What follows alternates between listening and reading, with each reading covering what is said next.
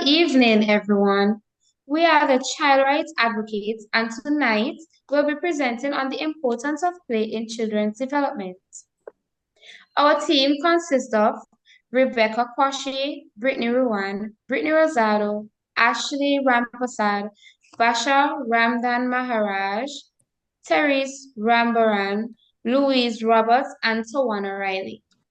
The title of our presentation is The Power of Play, Nurturing Early Childhood through Article 31. That's right, Rebecca. Play is essential for every child's well-being. It's not just about having fun. It's about development. We're going to show you a skit that highlights some key issues when a child is being loud and disruptive during playtime and how teachers handle it. First, let's talk about emotional development. What happens when a child is deprived of playtime? Depriving a child of playtime can negatively affect their emotional well-being. They might feel isolated, frustrated, and sad. Imagine being the only child not allowed to play. It's really tough on a child. Exactly, Vasha. And that leads to our second key issue, social isolation. When a child is excluded from playtime, it becomes harder for them to develop essential social skills and relationship with their peers. Think about it. Playtime is when kids learn to interact with each other, share, and build friendships. If a child is left out, they miss out on these critical experiences. That brings us to our third key issue, missed learning opportunities. Play is a critical aspect of learning. It helps children develop cognitive, physical, and social skills. Without playtime, these important developmental opportunities are lost.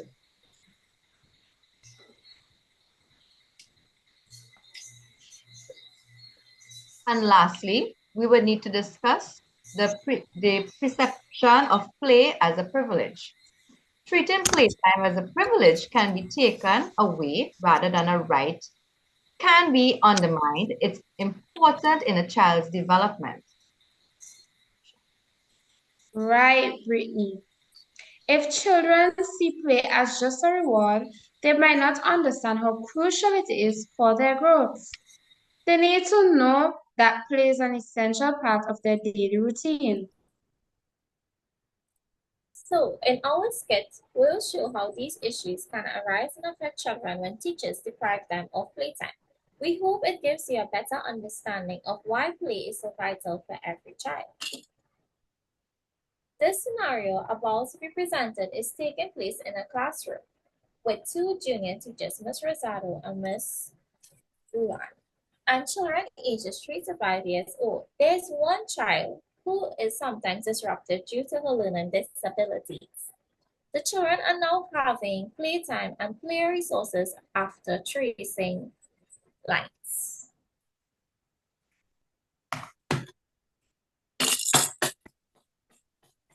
Ashley, stop banging on the table before I put you in the corner by yourself again.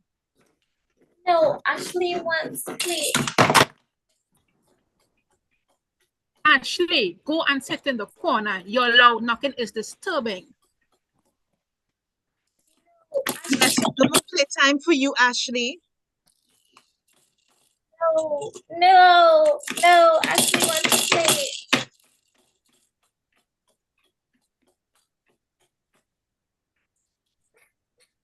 I'm gonna tell my mommy. The following day. Miss Vasha, me upset on her. Why Ashley young teacher them always sending her in the corner to sit by herself? My child can't play in she class. Watch, my child is not invalidated. Good morning, Miss Johnson. Calm down, calm down. I understand your concern about Ashley and her rights to play as a child, and I assure you, you will get to the bottom of this issue. Hurry up and get to the bottom of it, or I'm removing her from your center and carrying her by the one around the corner. Oh, Miss Johnson, I assure you, You won't have to move Ashley from our early childhood center, okay? I will talk to the teachers. The parent was satisfied that the administrator took the matter into consideration. The administrator quickly explained the situation to the senior teachers and initiated a professional development meeting to be held with the junior teachers of the school.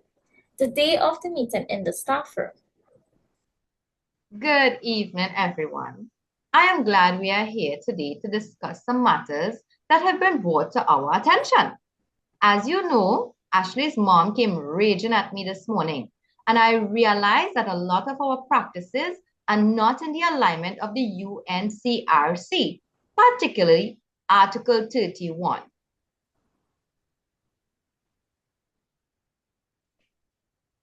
Article 31? Yes, Article 31 of the United Nations Convention of the Rights of a Child establishes the child's fundamental rights to rest, leisure, and to participate in cultural and artistic activities. And I expect that we are a Montessori school, you know, and this extends beyond Article 31. It is closely linked to other children's rights, such as freedom of expression, association, and access to information and materials of social and cultural benefits. Do you all understand what I'm saying? We understand. Well, okay, let me tell you.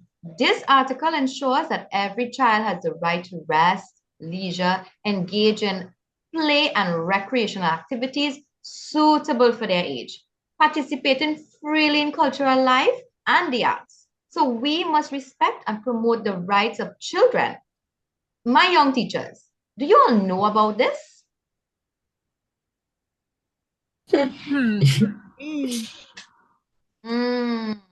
right. Article 31 is central to our children's physical, mental, and social development.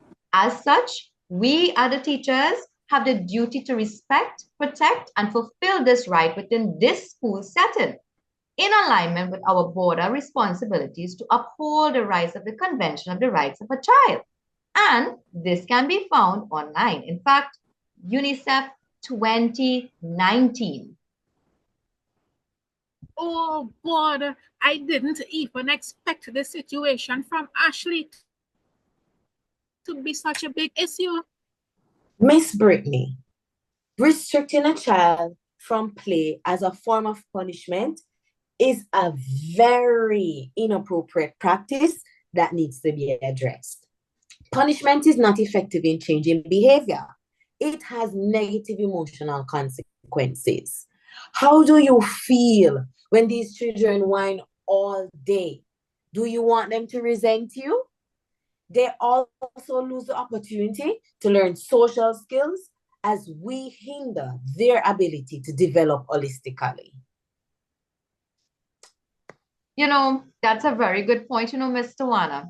As early practitioners, we should instill positive disciplinary strategies that teach children about the consequences and encourage better behavior. So please, can we desist from restricting a child or even children from playing? Can we? Exactly. And Miss Basha, I've observed multiple times too that these junior teachers, they don't even provide sufficient time for their children to play. Well, if our schedules are too structured and don't offer enough time for free play or outdoor play, Miss Brittany, I do understand you're working with the older sets, but free play promotes creativity, social skills, and problem solving, while outdoor play is crucial for physical, socio-emotional, and mental health. Tell you what, Miss Brittany, we'll take a look at your schedule and see how best we can loosen it up. And while we restrict and limit their play, we tend to ignore the children's interest. Thank you, Miss Vasha. I was just about to get to that. Practitioners sometimes overlook a child's preference and developmental stage. As a result, children may be restricted or we overburden them. This hinders our ability as teachers to support their individual needs and interests in play, arts, recreational, and cultural activities, just like what Article 31 is talking about. Exactly. If we don't give the opportunity to make their own choices, the engagement and development will become limited. Not to cut you off, Ms. Tuana, but some other inappropriate practices can arise from this issue. If we as teachers can't portray inclusive practices, as teachers, we have to include all children, whether they have disabilities or special needs and so forth. They need equal participation just as much as any typical child. So, as a school, we need to find ways of getting the right resources for them also. Yes, Mr. Reese. I am making note of that as we speak. And I'm also looking into ordering some resources from off Timo. These children are young. Excessive focus on academics and no play can hinder their holistic development. So you'll need to try to find a balance between unstructured and structured activities. Let them play while they work. And lastly, let's not even forget our cultural activities. We can let them explore culture in their different class corners, such as art centers. We can let them paint or draw different cultural dynamics and also sing and dance to different genres according to different themes, miss. Yes, let them explore their world in their little minds. Depriving them from such diversity will only hinder them from broadening their understanding and appreciating the world in which they live. I think we can start by incorporating play-based learning in our daily routine to enhance learning and engagement. What do you think about that, Miss Brittany? Yes, we can even set up an outdoor scavenger hunt. This will encourage exploration and problem solving for sure. And did you even know that unstructured play is good for them too? Eh? Right?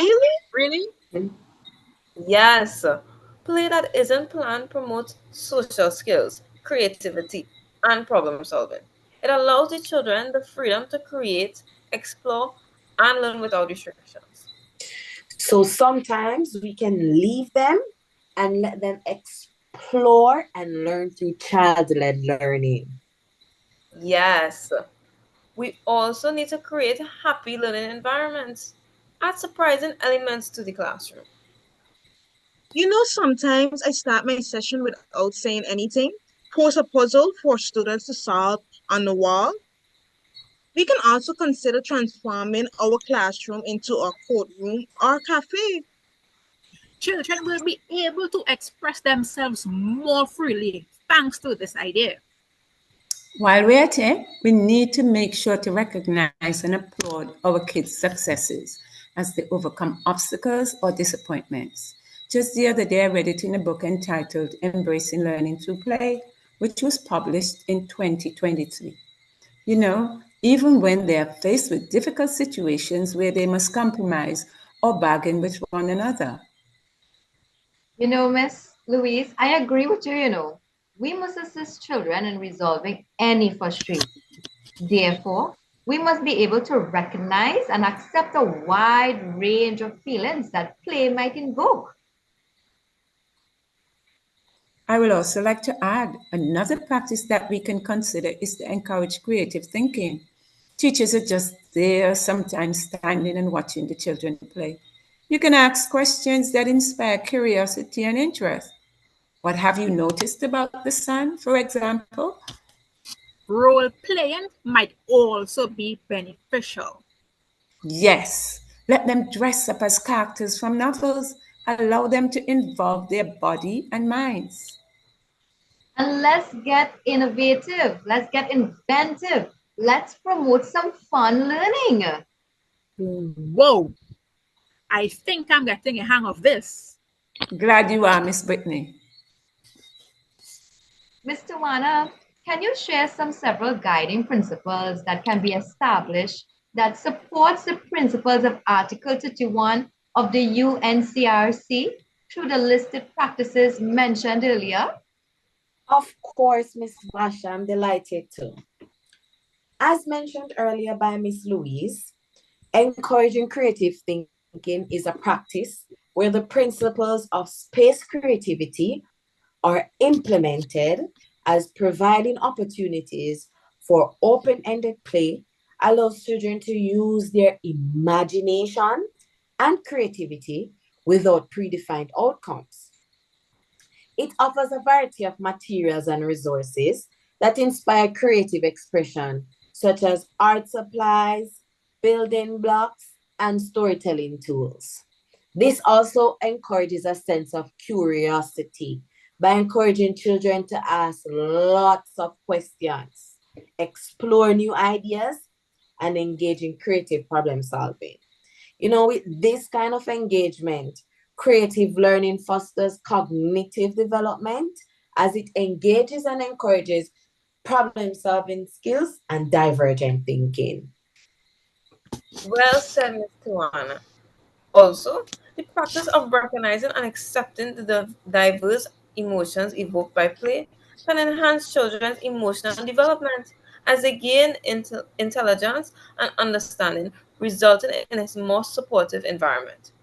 This practice provides language and tools for expressing emotions appropriately, cultivating empathy, and respecting others' emotions. It fosters a safe space for children to express their emotions, ensuring that they feel accepted and valued too. I think Mr. Reese had mentioned earlier about unstructured play too.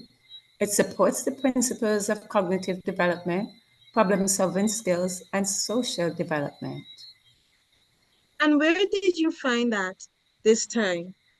In another book? No, on the internet. Help me grow, MN. Anyways, children, when playing without a specific structure, are allowed to use their imagination and creativity without predetermined rules or guidelines. This fosters divergent thinking and the ability to generate multiple ideas and solutions. As a result, it affects their cognitive development, improving cognitive processes, and strengthening neural connections used for thinking. During unstructured play, children encounter challenges that they must figure out how to navigate independently. This develops their problem solving skills as they develop critical thinking, reasoning, and adaptability. Social development is also seen to be improved when engaged in free play with peers, as children practice essential skills like communication, negotiation, cooperation, empathy, and conflict resolution. And my dear teachers, let us not forget the whole reason why we are here today. Play-based learning, as a practice discussed, supports the principles of physical development as it enhances gross motor skills, sensory exploration, and health and well-being. That was said by Lennon Capiton in 2016. Play that incorporates physical actions can develop children's gross motor skills, coordination, and physical control. It also encourages children to engage their senses, which supports the growth of their sensory motor system. With this, any and all physical activity is essential for children's overall health, fitness, and psychological well-being. Now, by considering these practices, we are adhering to the principles that effectively support the rights outlined in Article 31. I must ensure that my children have the freedom, opportunities, and support to engage in meaningful play, recreational, cultural, and art activities. Yes, Miss Brittany. You can get your children involved in active play, like kicking and catching a ball, swinging, dancing, and a lot more gross motor activities. Cooperative play that includes playing basketball, pretend play, even board games. Not to mention creative play, that messy play where children can paint, play with Play Doh, do lots of craft, even papercraft for manipulative play. And even when you're exhausted, because you're human, though these parents and children might think of us like robots because we're relentless, you can have them read books and play with puzzles during quiet play. Not too much hassle on us, you know? That's true. Talking about exhaustion, what about our pay? Miss Brittany, let's focus on play before we get pay.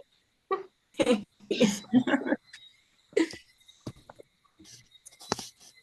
following day.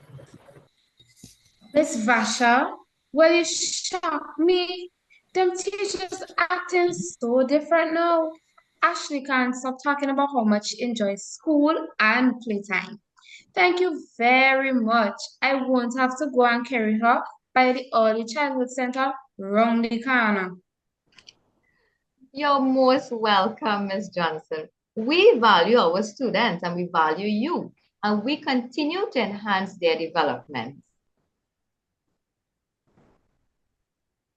In conclusion, integrating play into program has led to significant positive changes, including enhanced social skills, improved cognitive development, better emotional well-being, increased physical health, and higher student engagement. These outcomes highlight the critical importance of Article 31 of the UN Convention on the Rights of the Child, which asserts every child's right to rest, leisure, and play. Recognizing play as a fundamental right ensures holistic development, educational enrichment, and social equity.